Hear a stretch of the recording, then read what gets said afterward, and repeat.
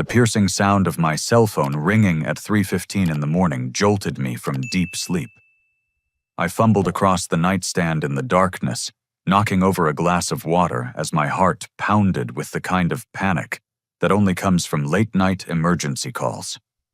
Before I could even mumble a groggy hello, my mother's voice exploded through the speaker with razor-sharp urgency that cut through my confusion like a knife through paper. She demanded I get to Phoenix General Hospital immediately because Blake was in complete kidney failure, and the entire family had already decided I would donate one of mine to save his life. When I asked for just a moment to process this life-changing bombshell, she screamed that I was being selfish and cruel for hesitating to rescue my dying brother. The call ended with a harsh click, leaving me staring at the ceiling in stunned silence, finally understanding that my family viewed me not as a person with rights and feelings, but as a collection of spare organs for their precious golden child. I dressed quickly in the pre-dawn darkness and drove through empty Phoenix streets toward the hospital, my mind racing with questions and disbelief. The fluorescent lighting in the medical center felt harsh against my tired eyes as I navigated unfamiliar hallways to reach the nephrology ward.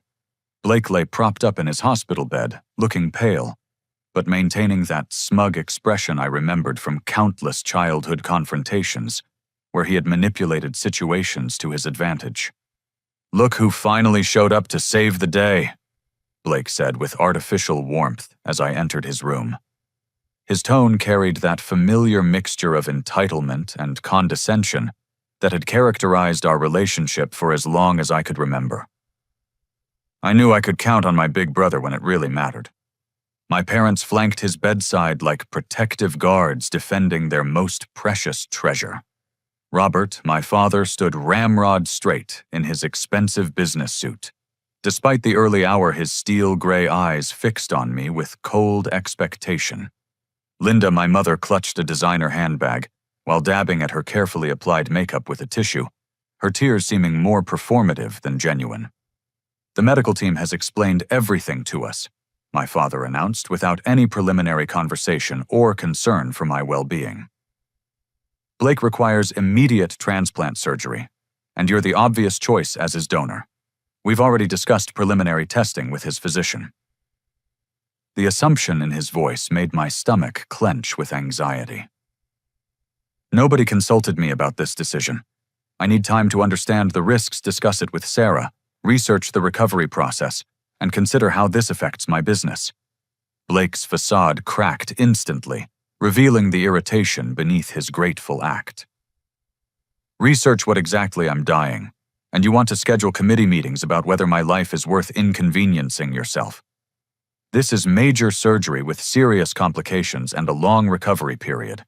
Sarah and I are planning our wedding in 6 months, and I have construction projects that depend on my physical capabilities." I kept my voice level despite feeling increasingly cornered by their collective pressure. My mother stepped closer, her face contorting with disgust. "How can you prioritize a wedding and work contracts over your brother's survival? This is exactly the kind of selfishness that has always characterized your approach to family responsibilities. I'm not refusing, I'm asking for reasonable time to make an informed decision about irreversible surgery that will permanently affect my health and livelihood." A hospital social worker named Janet tried to intervene from her position near the door. "Mr. Thompson has every legal right to consider all aspects of donation without pressure from family members. This decision cannot and should not be rushed or coerced." My family ignored her completely, speaking over her professional guidance as if her expertise meant nothing compared to their emotional demands. My father's voice grew menacing as he leaned forward with obvious threat in his posture. "Let me clarify something important, Otis. I co-signed the loan that allowed you to start Thompson Brothers contracting. That financial obligation can be called in immediately if I determine you're not meeting your family commitments and moral responsibilities." His words felt like a physical attack on everything I had worked to build. My construction company represented years of 18-hour days, weekend sacrifices, and careful relationship building with clients who trusted my craftsmanship and reliability.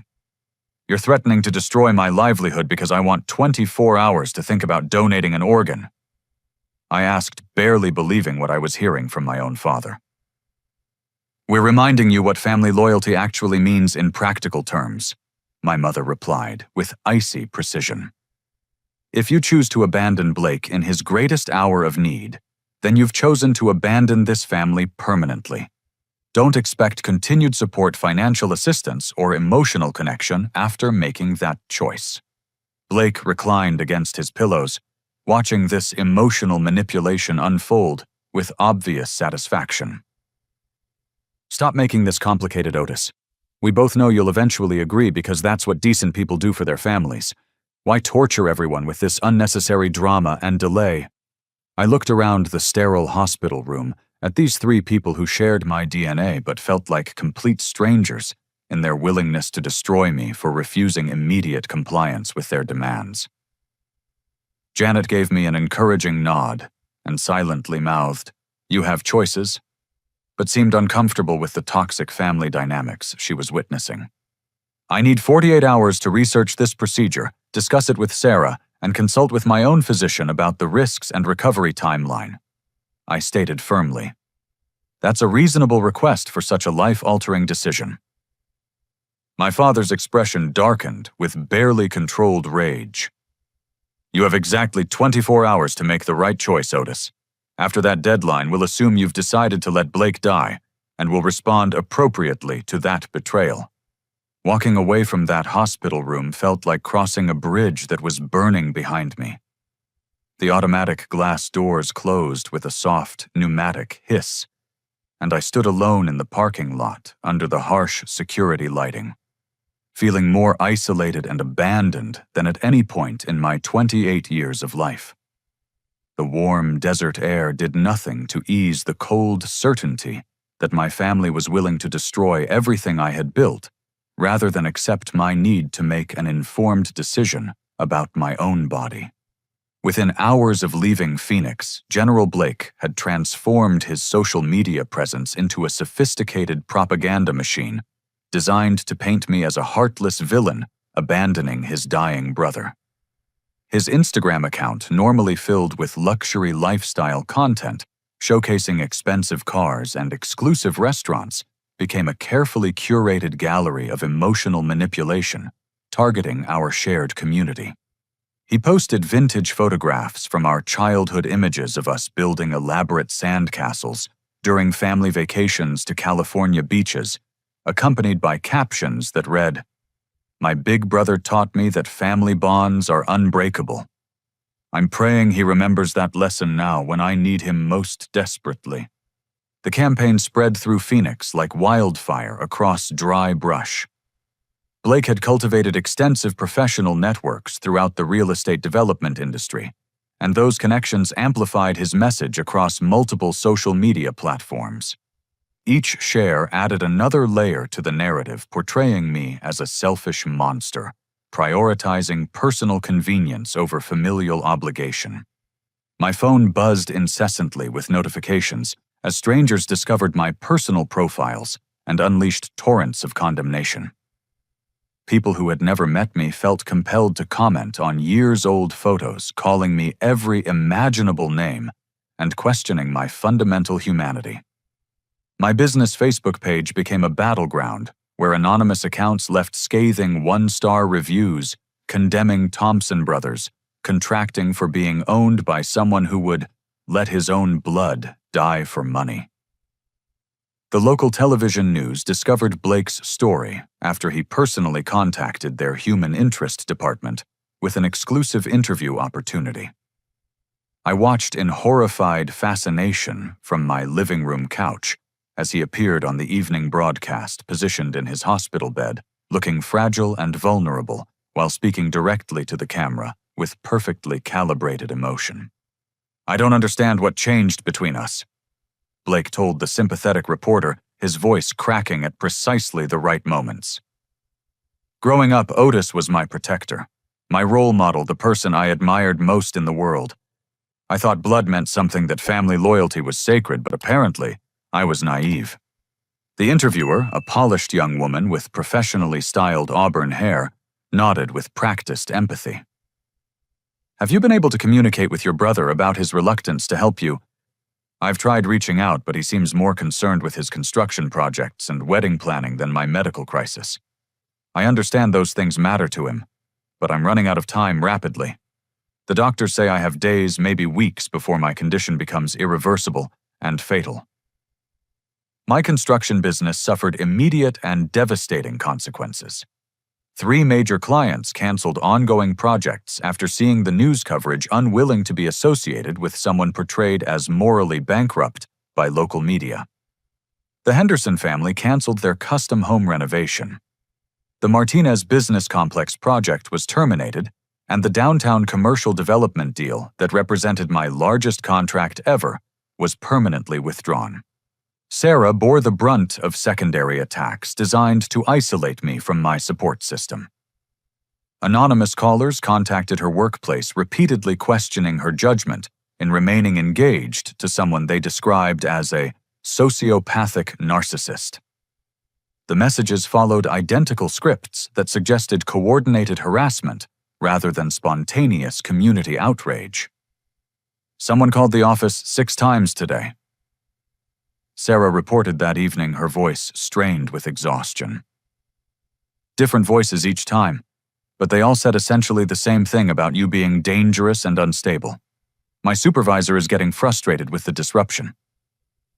Blake appeared on 2 additional television programs that week, each performance more emotionally devastating than the previous.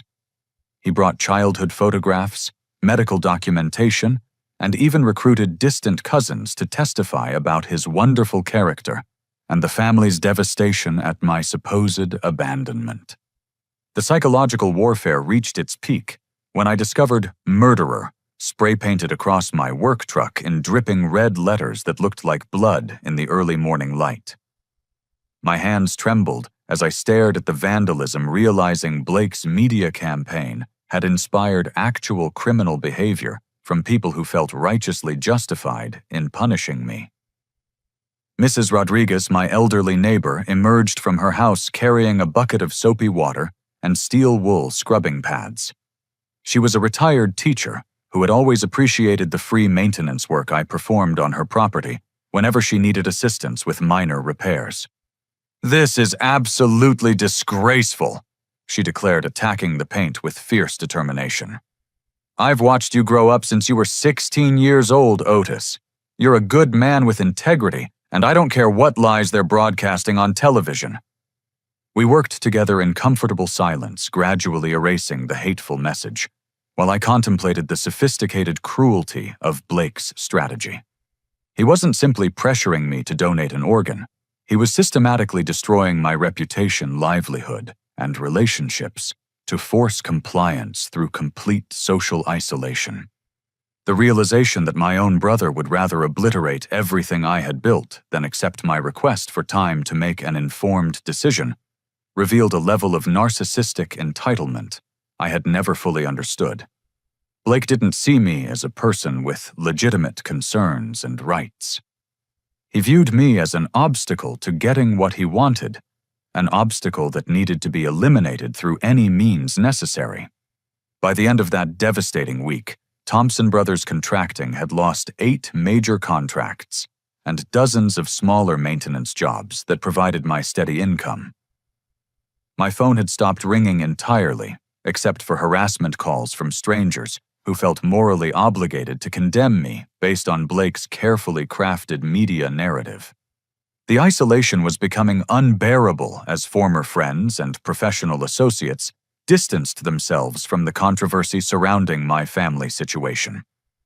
I realized I needed to take decisive action to defend myself before Blake's campaign completely destroyed everything I had spent years building through honest work and reliable service. I decided to drive to Blake's luxury condominium complex in Scottsdale and attempt a private conversation away from our parents' emotional manipulation and the hospital staff, who seemed to worship him as a tragic hero. Perhaps if I could speak with him directly, I could make him understand that his tactics were destroying our family regardless of my ultimate decision about the surgery. The Desert Palms condominiums represented exactly the kind of exclusive lifestyle Blake had cultivated through his real estate success. The complex featured contemporary glass and steel architecture, manicured desert landscaping, and a security gate staffed by uniformed guards who looked like they moonlighted as personal protection specialists. When I provided my name and requested permission to visit Blake Thompson in Unit 1247, the security guard made a brief phone call before shaking his head with professional politeness. "Mr. Thompson says he's experiencing severe fatigue and cannot receive visitors at this time. He asks that you respect his medical condition and need for uninterrupted rest." I sat in my truck outside the complex for 30 minutes, gathering courage and rehearsing what I wanted to say if Blake would grant me just 5 minutes to explain my perspective. The Arizona sun blazed through my windshield, despite the air conditioning running at maximum capacity, making the interior uncomfortably warm. Eventually, I accepted defeat and began the drive home feeling crushed by the knowledge that Blake wouldn't even allow me 5 minutes to attempt reconciliation. As I merged onto the main thoroughfare leading away from his complex, I noticed a police cruiser following at a reasonable distance, but thought nothing of it since law enforcement was common in affluent neighborhoods. The red and blue emergency lights activated when I was approximately 3 miles from Blake's condominium. I immediately pulled into a shopping center parking lot, my heart racing with confusion, since I had been driving exactly the posted speed limit with current registration and valid insurance. The approaching officer appeared young, probably in his mid-20s, with a serious demeanor and reflective sunglasses that concealed his expression. His uniform was crisp, and his movement suggested military or law enforcement training. "License registration and proof of insurance, please," he requested without explaining the reason for the traffic stop. "Certainly, officer. Can you tell me why you pulled me over? I was observing all traffic laws, and my vehicle registration is current." "Your left rear tail light is malfunctioning, which constitutes a safety violation requiring immediate correction and vehicle inspection." I was absolutely certain both tail lights had been functioning properly that morning when I performed my routine equipment check, but I handed over my documents without argument. The officer returned to his patrol car and remained there for what felt like an eternity while I waited in the oppressive heat. When he returned, a second officer accompanied him, both men adopting formal positions that suggested this was more than a routine equipment violation. "Sir, please step out of your vehicle and keep your hands visible at all times." "What's happening?" I asked, while complying with their instructions, moving slowly and deliberately to avoid any misunderstandings. "We have reasonable suspicion that you may be transporting controlled substances. We're going to conduct a thorough search of your vehicle and personal belongings." My stomach dropped toward the pavement. "Officers, I don't use illegal drugs. I don't transport illegal substances, and I give you complete consent to search anything you want. My truck contains only construction tools and legitimate work materials." They searched systematically and thoroughly, examining every toolbox, storage compartment, seat cushion, and corner of the truck bed, where I kept lumber and equipment.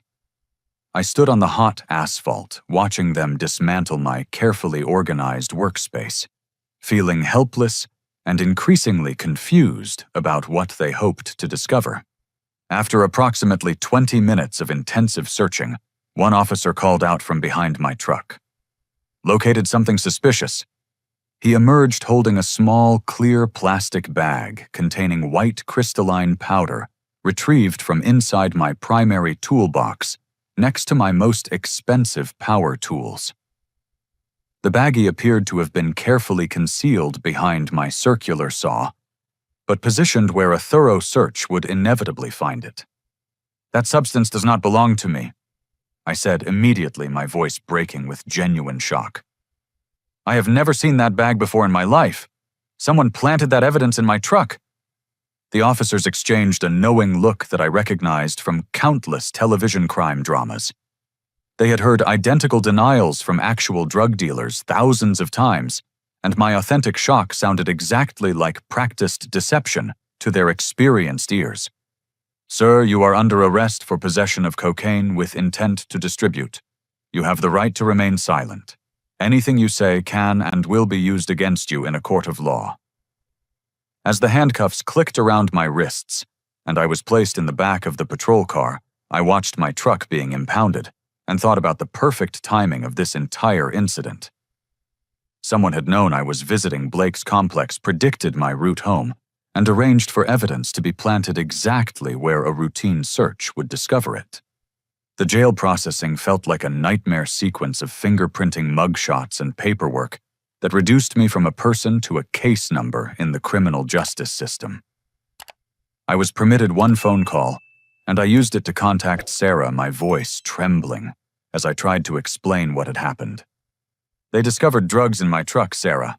Someone planted cocaine in my toolbox and arranged for police to find it. Her silence stretched for several heartbeats before she responded. I'm contacting a criminal defense attorney immediately and posting your bail. Don't speak to anyone about anything until I arrive with legal representation.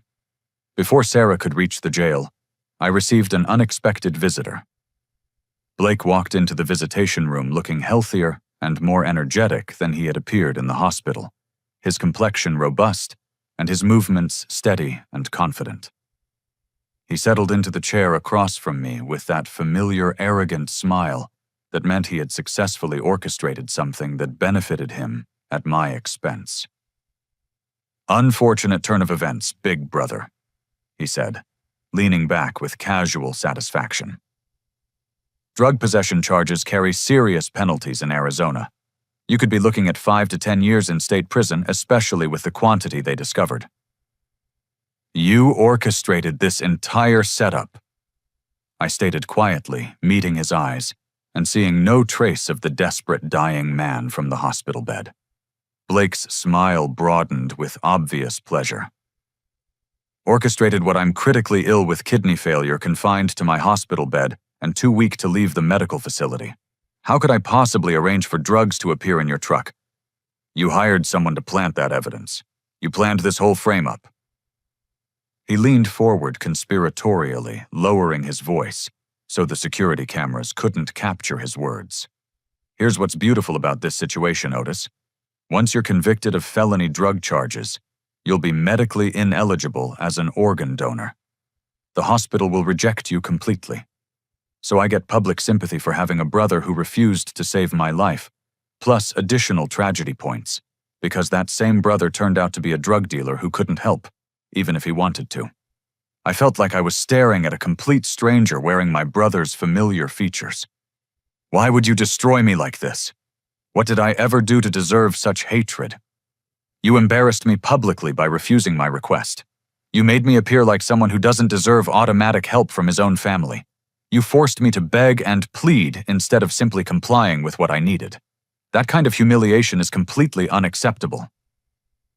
He stood up and straightened his expensive designer jacket, preparing to leave. Enjoy county jail, Otis. I understand the food is terrible and the accommodations are uncomfortable, but perhaps that's appropriate for someone who abandoned his dying brother to pursue a career in drug dealing. As Blake walked away without looking back, I finally understood this had never been about kidney donation or medical necessity. This was about power control, and Blake's pathological inability to accept that anyone, even his own brother, might have the right to say no to his demands. I also realized my parents had almost certainly known about this plan, which meant my entire family had conspired to destroy my life, rather than accept my need for time to consider major surgery. Sarah posted my bail using our entire wedding fund, $25,000, that represented 2 years of careful savings for our future together. When she picked me up from the county jail the following morning, her eyes were red from sleepless worry, but her expression showed unwavering determination to fight for my freedom. I hired David Kowalski from the Public Defenders Association, she explained as we drove through morning traffic toward downtown Phoenix. He specializes in drug cases and says the evidence against you is circumstantial, but Blake has connections throughout the prosecutor's office who are pushing for maximum penalties. David Kowalski maintained a modest office in a converted warehouse building surrounded by legal documents and case files that testified to years of defending people who couldn't afford expensive attorneys. He was a lean man in his early 50s, with intelligent brown eyes and a direct communication style that I found reassuring after days of manipulation and deception. The cocaine they found was pharmaceutical grade worth approximately $5,000 on the street, he explained while spreading police photographs across his cluttered desk. That quantity elevates this from simple possession to possession, with intent to distribute, which carries a mandatory minimum sentence of 3 years in state prison. I examined the evidence photos showing my truck being searched, looking for any clue about how the drugs had been planted without my knowledge. There must be security footage from the condominium complex, or traffic cameras that captured someone tampering with my vehicle. I've submitted requests for all available surveillance footage, but these investigations require time to complete properly, and Blake's associates in the district attorney's office are demanding a rapid trial schedule. They want you convicted before we can mount an effective defense. The stress was creating serious strain in my relationship with Sarah. She supported me publicly and stood by my claims of innocence, but I could detect growing doubt in her private moments when she thought I wasn't watching. The woman I planned to marry was beginning to question whether she truly knew the man she had agreed to spend her life with. Those doubts were systematically exploited by an ongoing harassment campaign targeting Sarah's workplace and personal life. Unknown callers contacted her office multiple times daily, leaving messages that questioned her judgment and suggested she was naive about my secret criminal activities. The calls came from different phone numbers with different voices, but they followed identical scripts that implied coordinated psychological warfare rather than spontaneous community concern. 3 days after my arrest, while reviewing Blake's hospital visitor logs with David, I noticed an entry that seemed significant. My father had visited Blake the day before my arrest, staying for over 2 hours, according to the sign-in and sign-out documentation. "That's interesting timing," David observed when I pointed out the lengthy visit. "What would your father need to discuss with Blake for 2 hours immediately before you were framed for drug possession?" I couldn't stop thinking about that hospital visit. Robert Thompson was a methodical businessman who planned every detail of his professional and personal activities with military precision. A 2-hour hospital conversation suggested serious strategic planning rather than casual family support. Sarah worked for Southwestern Communications as a customer service supervisor, a position that provided her access to telephone billing records and call logs for troubleshooting customer problems. She normally would never abuse that access for personal reasons, but these circumstances were far from normal. "I could lose my job for accessing customer records without authorization," she said, sitting at her laptop in our apartment late that evening. "But if your family is actively conspiring against you, we need documentary evidence to prove it." She accessed the billing records for my parents' home phone and cellular accounts for the week preceding my arrest. The pattern that emerged was deeply incriminating numerous calls between my father's cell phone and a number registered to Marcus Hendricks, a licensed private investigator operating in Phoenix. "Who is Marcus Hendricks?" I asked, writing down the phone number and timestamp information. "Let's find out exactly what kind of services he provides." An internet search revealed that Marcus Hendricks operated a private investigation business, specializing in what his website euphemistically called discrete personal and business problem resolution. His online presence was deliberately vague about specific services, but client testimonials suggested he was willing to operate in legal gray areas that more reputable investigators avoided. The next morning, I called Marcus Hendricks directly, pretending to be a potential client who needed help with a sensitive family situation that required unconventional solutions. "Mr. Hendricks, I received your contact information from Robert Thompson. He mentioned you provided excellent assistance with a problem involving his son, and I have a similar situation requiring professional intervention." There was a brief pause before he responded. Robert Thompson compensated me generously to handle his Otis situation, but that job has been completed successfully. What type of family problem are you dealing with? My heart began racing as I realized Marcus had just confessed to accepting payment from my father to handle me in some way. Actually, I think there's been a misunderstanding. This is Otis Thompson, and I'd like to meet with you to discuss what my father hired you to accomplish. The phone line went silent immediately as Marcus realized he had accidentally confessed to criminal conspiracy.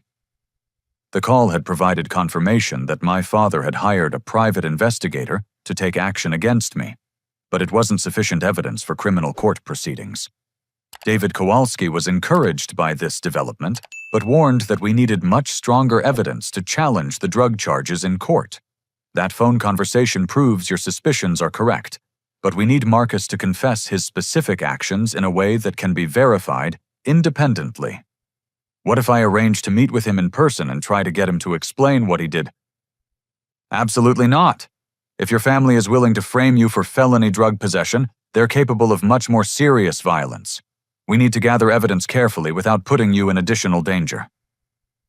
That evening, Sarah and I sat in our living room surrounded by photographs from happier times, family gatherings, where everyone smiled genuinely construction projects I had completed with pride vacations we had enjoyed together.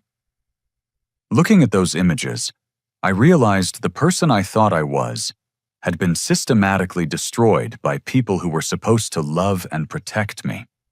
I found additional evidence, Sarah said quietly, reviewing phone records she had printed at work.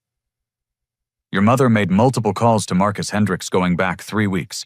This wasn't a spontaneous decision made after your hospital confrontation. They've been planning to destroy you for almost a month.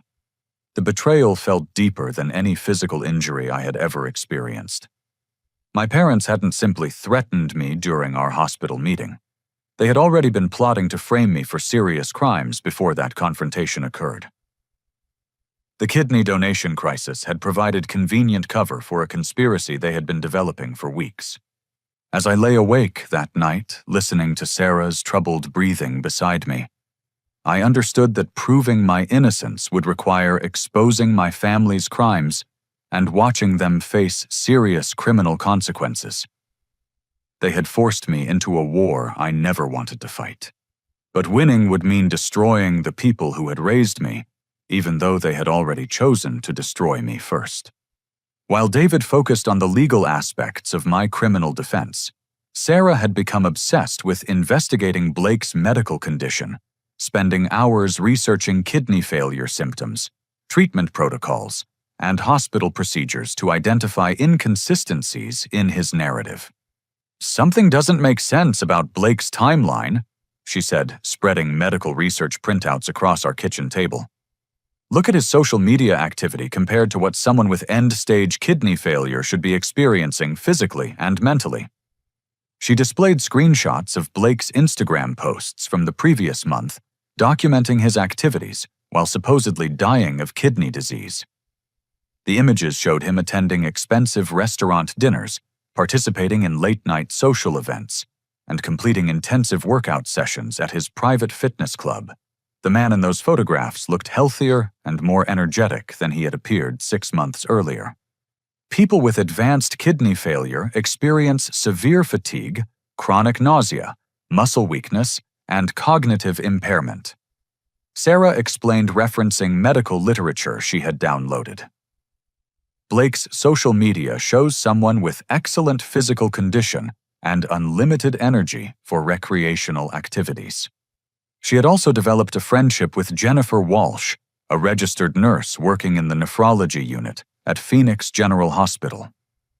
Jennifer was approximately Sarah's age and had witnessed my family's aggressive behavior during hospital visits, making her sympathetic to our situation and suspicious of Blake's case. I cannot provide Blake's confidential medical records without violating federal privacy laws and losing my nursing license, Jennifer had explained during their coffee meeting at a restaurant near the hospital. But I can share my professional observations about irregularities in his case that concern me as a medical professional. Jennifer had noticed that Blake's documented symptoms didn't match his physical appearance and behavior when he thought medical staff weren't observing him. His laboratory results showed severe kidney dysfunction, but his vital signs, energy levels, and general demeanor suggested robust health. Dr. Martinez has been handling Blake's case with unusual secrecy, Jennifer reported.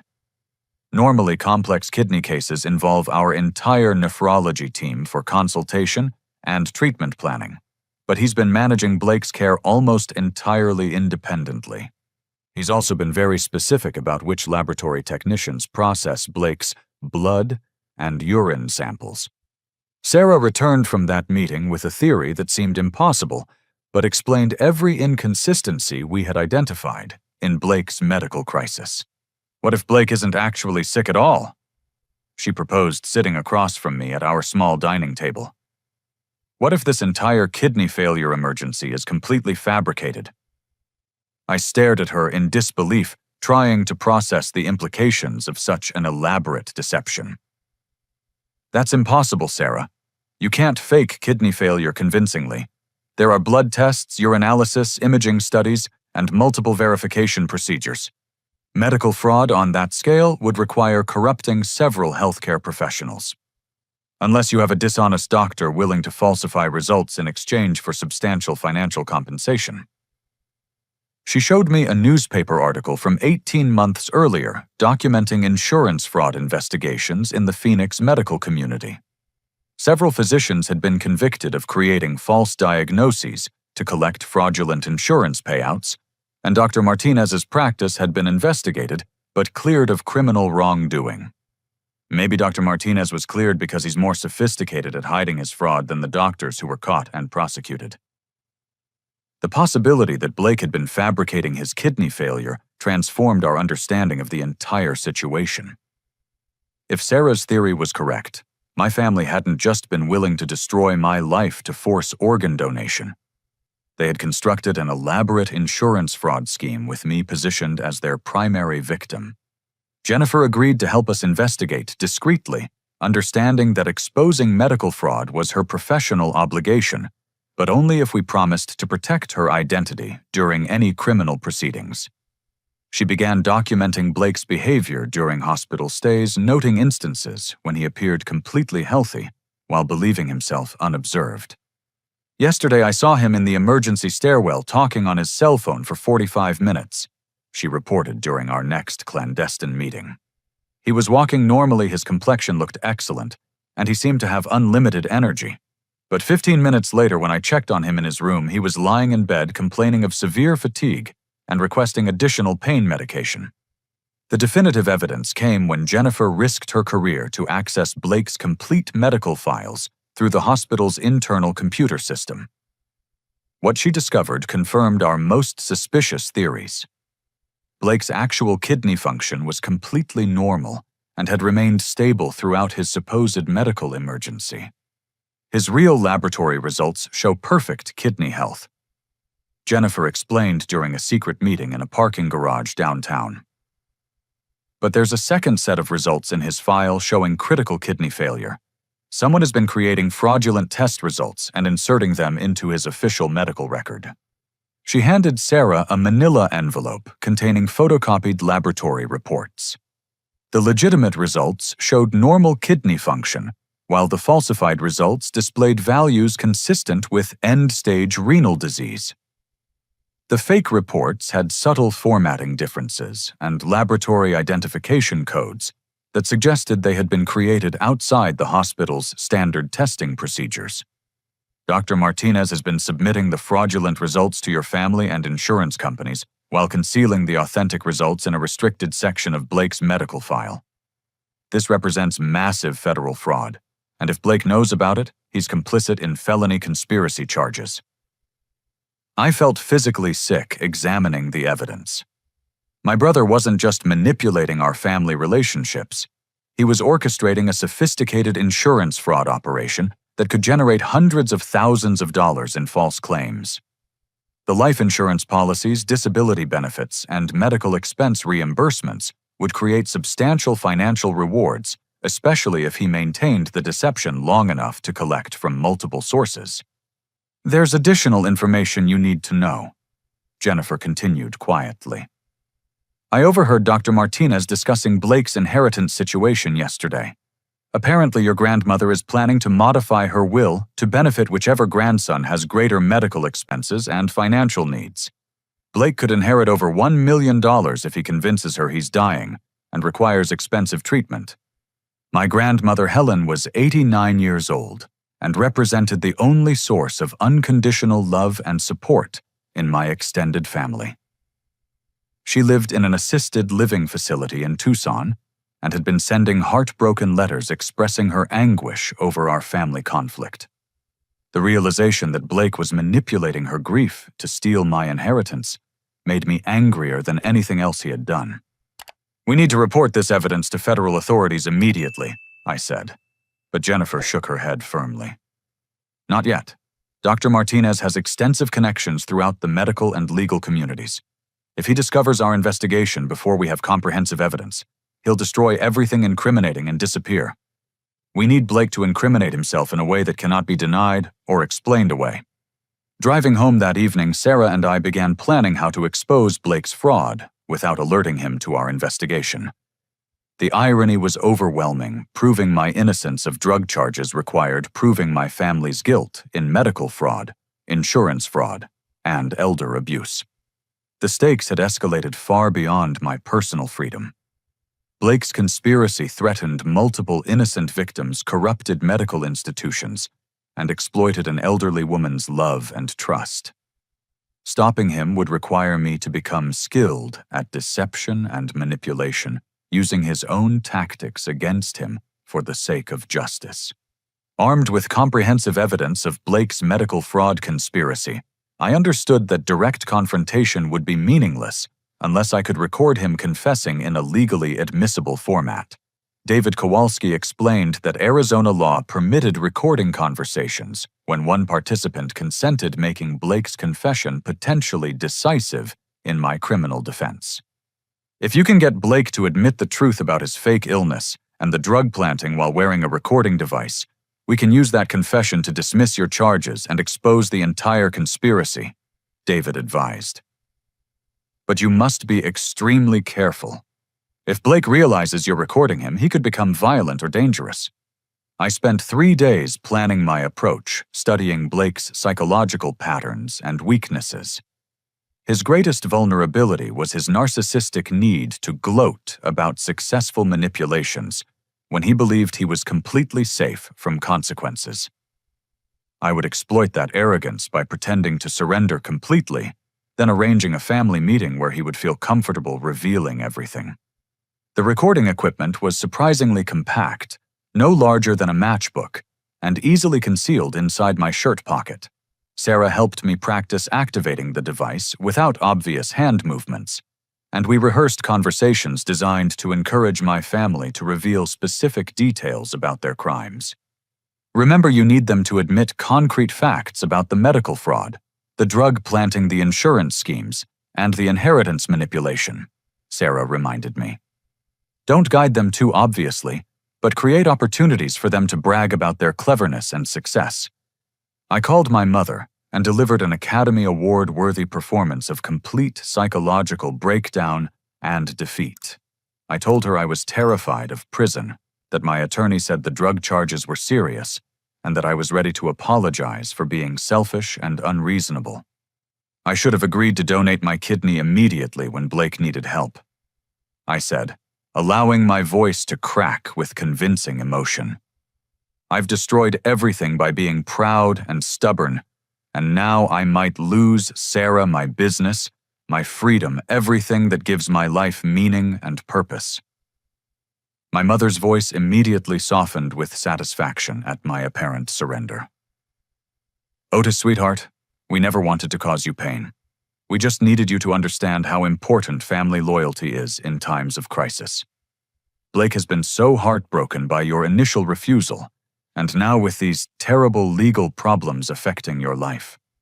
Could we arrange a family meeting tonight? I want to apologize to Blake personally and see if there's any possibility of repairing the damage I've caused to our relationships. She agreed enthusiastically, eager to witness my complete submission to Blake's authority and their family hierarchy. We arranged to meet at my parents' house that evening, supposedly, so I could humble myself and beg forgiveness for prioritizing my own concerns over Blake's medical emergency.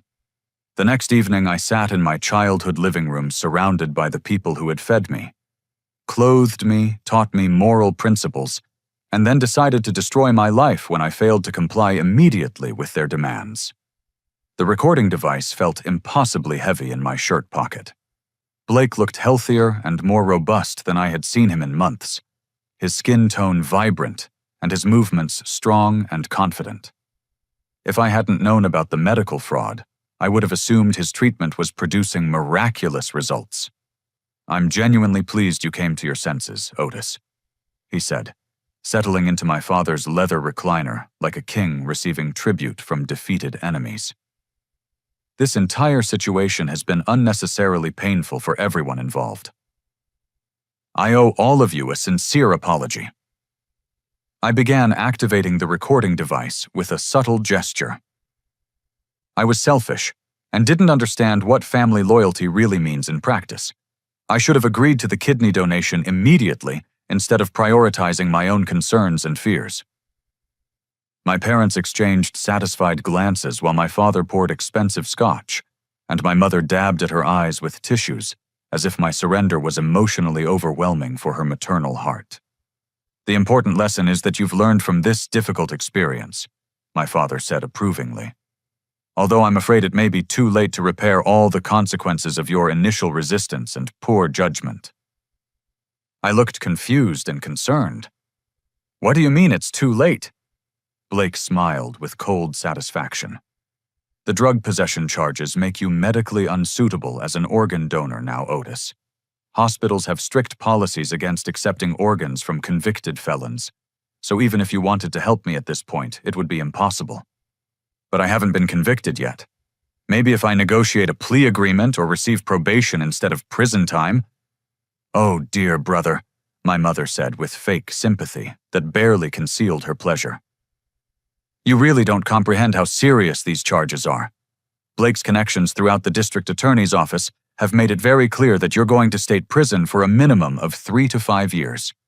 I allowed genuine shock to show on my face. "Blake has connections with the prosecutors handling my case. How is that possible?" Blake leaned forward, unable to resist demonstrating his power and influence over my fate. "I've been cultivating relationships with judges, prosecutors, and law enforcement officials for years through my real estate development business. When I needed to ensure your drug case would be handled with appropriate severity, I simply made strategic phone calls and explained the family situation." "You mean you influenced the prosecution of my criminal case? But that's tampering with the justice system." "That's intelligent long-term planning and relationship building," my father interrupted proudly. "Blake understood that you would never agree to help voluntarily, so we developed a comprehensive strategy to address the problem efficiently. The recording device was capturing every incriminating word, but I needed them to be more specific about their criminal activities." "What kind of comprehensive strategy?" Blake stood and began pacing around the room, clearly enjoying this opportunity to reveal his brilliance and strategic thinking. "The planning started 3 weeks before your hospital visit. I hired Dr. Martinez to create the medical documentation necessary to justify requesting kidney donation from you. He's been extremely helpful in making my minor kidney stones appear to be life-threatening organ failure." My mother nodded with obvious pride in Blake's creativity. "Blake has always been so intelligent about finding innovative solutions to complicated problems." "So your kidney failure isn't real?" I asked, keeping my voice barely above a whisper. Blake laughed with genuine amusement. "I occasionally pass small kidney stones, nothing that requires medical intervention, certainly nothing requiring transplant surgery. But the fabricated medical reports have been invaluable for insurance claims, and will be even more profitable when grandmother revises her will next month." My father joined the conversation enthusiastically, his voice filled with paternal pride. "The medical fraud was Blake's innovation, but hiring Marcus Hendricks to plant the cocaine was my contribution. $25,000 to guarantee you'd be discredited and legally prevented from interfering with Blake's financial plans." You actually paid someone to frame me for drug possession. We paid a professional to solve a family problem efficiently, my mother corrected with precision. Marcus has provided services for your father's business associates previously. He's very discreet and thorough in his work. Blake returned to his chair completely relaxed, now that he believed I was utterly defeated and helpless. The beauty of this strategy is that everyone benefits from the outcome. I collect substantial insurance payouts and inherit grandmother's entire estate. You learn valuable lessons about family loyalty and respect, and our parents maintain their relationship with their successful, appreciative son. Everyone benefits except me, I said quietly. You created this situation through selfishness and stubbornness. Blake replied without any trace of sympathy or remorse. If you had simply agreed to the kidney donation when we first requested it, none of these unpleasant consequences would have been necessary. I felt nauseated listening to him describe destroying my life as if it were a minor inconvenience required to achieve his personal goals. What happens to Sarah? What happens to my construction business? My father shrugged dismissively. Sarah seems intelligent. She'll find someone better once she understands what kind of person you really are underneath your facade. As for your business, I'll probably purchase your client contracts at a significant discount and resell them for profit. We're not trying to be deliberately cruel, my mother added with false compassion. But Blake's success benefits our entire family's financial security, and your stubbornness was threatening that success. Sometimes difficult decisions must be made for the greater good of everyone involved. Blake glanced at his expensive watch and stood up to leave. This has been emotionally cathartic, but I need to return to the hospital for evening medications and another round of sympathy visits from the nursing staff. Dr. Martinez wants to document my continuing deterioration for the insurance adjusters reviewing my claims. I remained motionless for several seconds, allowing them to savor their complete victory before reaching into my pocket and placing the recording device on the coffee table. The small red indicator light was still blinking, showing that it had captured every word of their detailed confessions. The room fell into absolute silence. Blake stared at the device as if it were a deadly serpent, his face cycling through confusion, recognition, and finally, explosive rage. You recorded our private family conversation. My father said, his voice flat and menacing. Just like you framed me for felony drug possession. I replied, standing and moving towards the door. I've uploaded backup copies to secure cloud storage, and my attorney has instructions to release everything if anything suspicious happens to me. Blake lunged toward the recording device, but I was faster and had already secured it. I headed for the exit while my family shouted threats and accusations behind me. This recording doesn't change anything, Blake screamed as I reached my truck. We'll have it suppressed and you'll still go to prison for drug possession. I rolled down my window and looked back at the house where I had learned to walk celebrated birthdays and believed that family meant unconditional love and mutual support. Watch the morning news. I called back to them. The FBI, IRS, and State Medical Board are all very interested in your business activities and want to discuss them with you extensively. As I drove away from my childhood home for what I knew would be the final time, I felt something I hadn't experienced in weeks: genuine hope. The war my family had started was finally approaching its end, and justice was about to be served to people who had forgotten that actions have consequences. The coordinated federal raids began at exactly 8:30 the next morning, with FBI agents simultaneously executing search warrants at Blake's real estate office, my parents' residence, and Dr. Martinez's medical practice. I watched the news coverage from David Kowalski's office, experiencing a complex mixture of satisfaction and sadness as federal investigators carried boxes of evidence from locations that had been central to my family's life.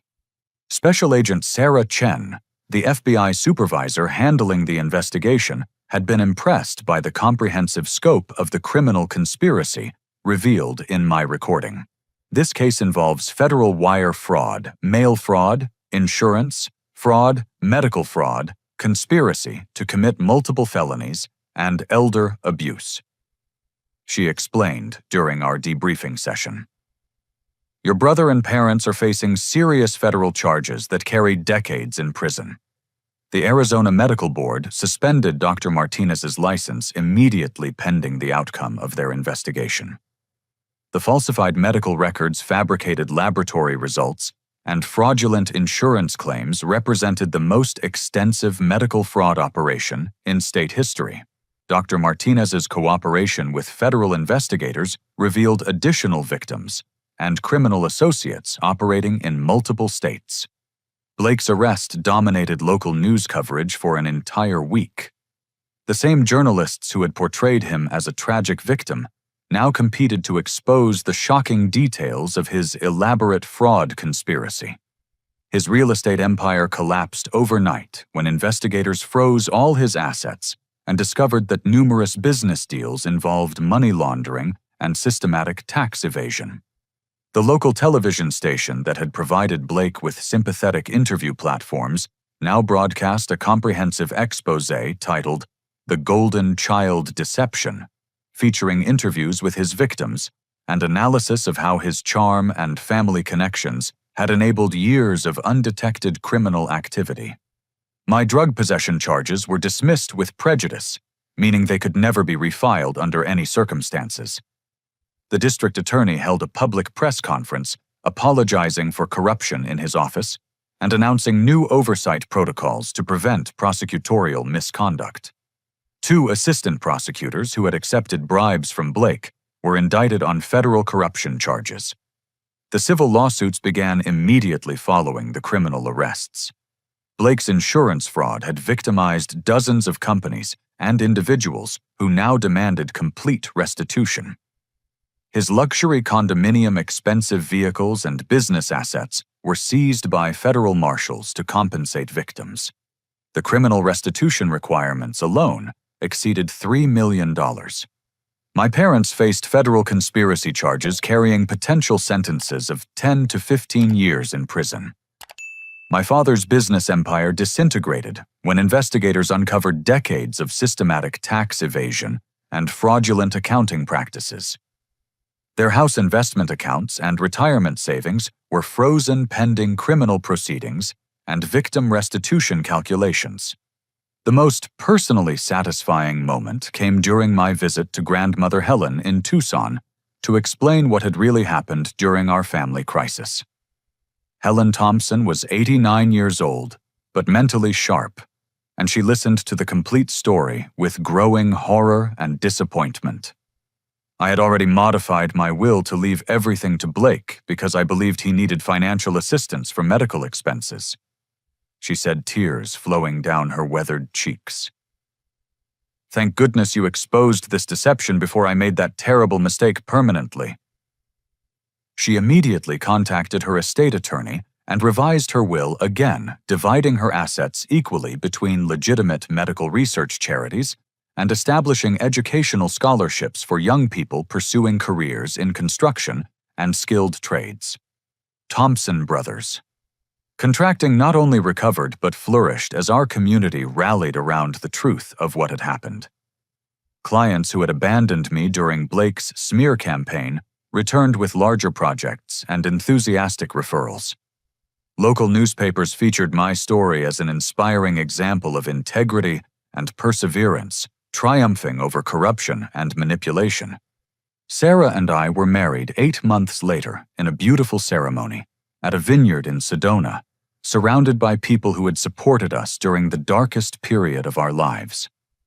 Our guest list included David Kowalski, Jennifer Walsh, Mrs. Rodriguez, and dozens of friends who had never believed Blake's lies about my character. My grandmother served as my best woman, walking down the aisle with dignity and grace that reminded me what authentic family loyalty actually meant. Blake received a federal sentence of 15 years in prison for fraud, conspiracy racketeering, and elder abuse. Dr. Martinez was sentenced to 10 years and permanent revocation of his medical license. My parents each received 8-year sentences and were ordered to pay complete restitution to all victims of their criminal enterprise. During Blake's sentencing hearing, I was permitted to deliver a victim impact statement to the court. I looked at my younger brother sitting at the defendant's table in an orange prison jumpsuit and felt something unexpected, genuine pity for who he had become.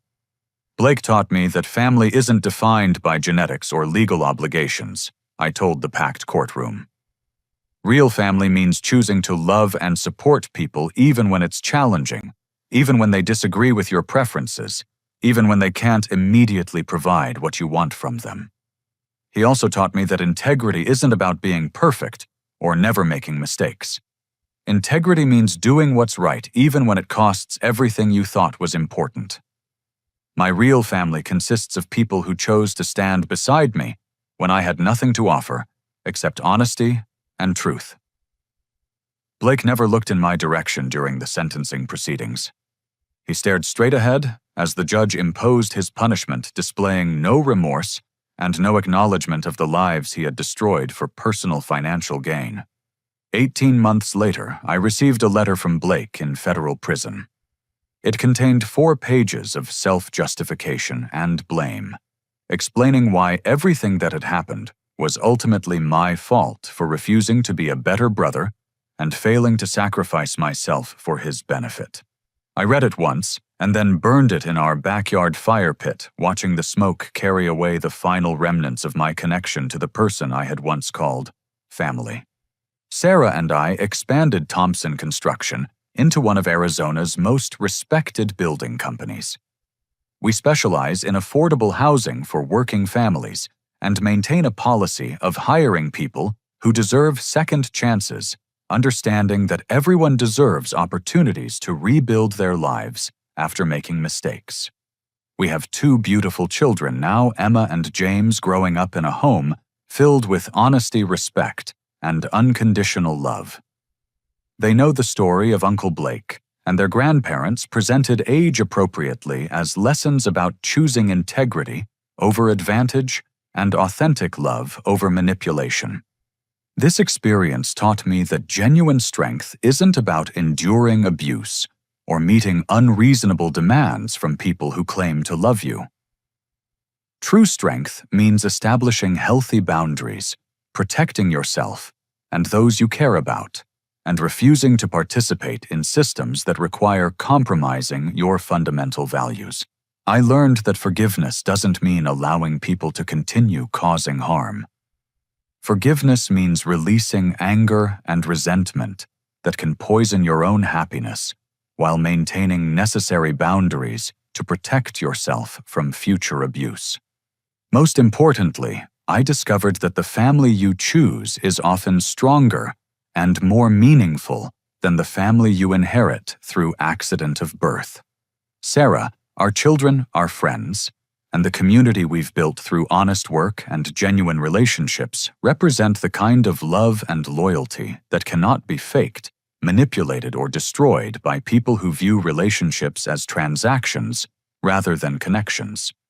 Blake intended to teach me about family loyalty, but he actually taught me about the difference between love and control, between support and exploitation, between family and ownership.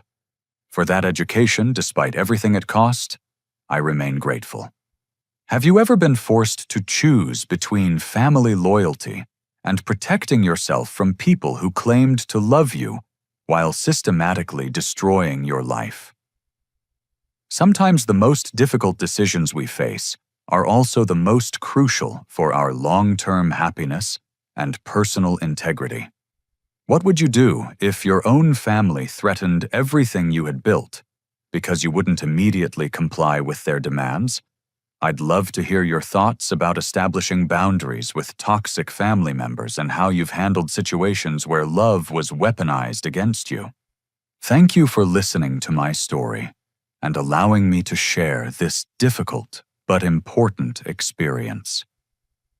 I hope it encourages you to trust your instincts when relationships feel wrong, even when the people pressuring you are supposed to have your best interests at heart. Please like this video. If my story resonated with your own experiences, subscribe for more real-life accounts about overcoming family manipulation and toxic relationship dynamics.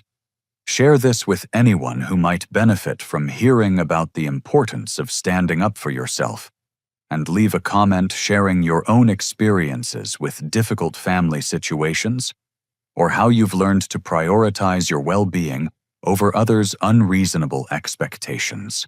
Remember that choosing to protect yourself isn't selfish when the alternative means allowing others to destroy your life for their personal benefit.